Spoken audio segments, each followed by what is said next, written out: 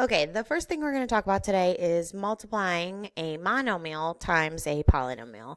And we've done this before when we did distributive property. In fact, most of today's ideas are going to be based on the distributive property. The only thing you have to remember is that we have exponent rules that we got to pay attention to.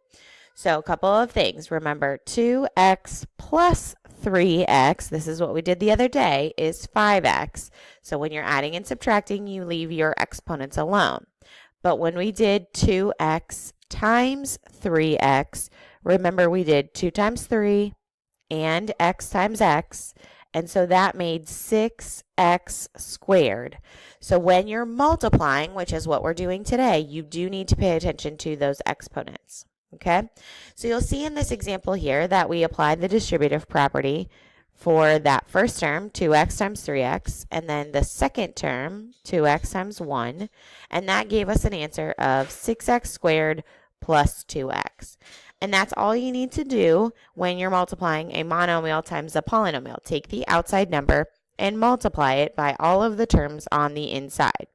If there are like terms, then you would combine them, but very rarely does that happen. So let's take a look at this next example.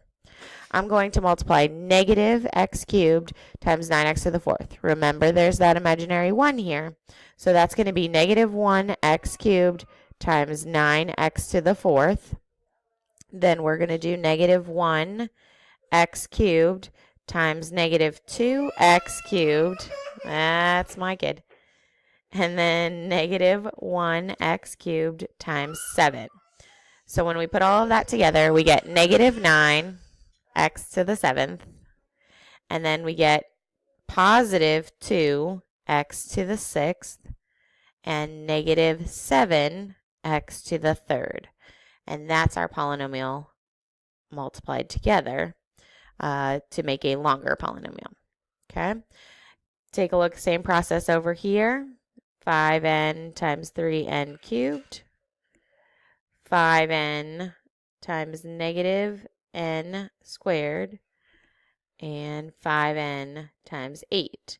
Don't forget to keep the signs of your polynomials with you when you are multiplying their coefficients. So 5 times 3 is 15. N to the first, remember, with n to the third is n to the fourth. 5n times negative n is negative 5. N to the first and n squared is n to the third power. And then 5n times 8 is positive 40, n to the first power. So multiplying one monomial times a polynomial is really pretty easy as long as you remember those exponent rules.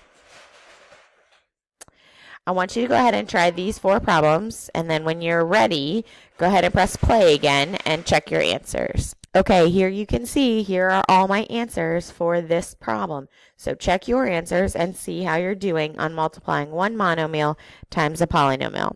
Then check out the next video for multiplying binomials together.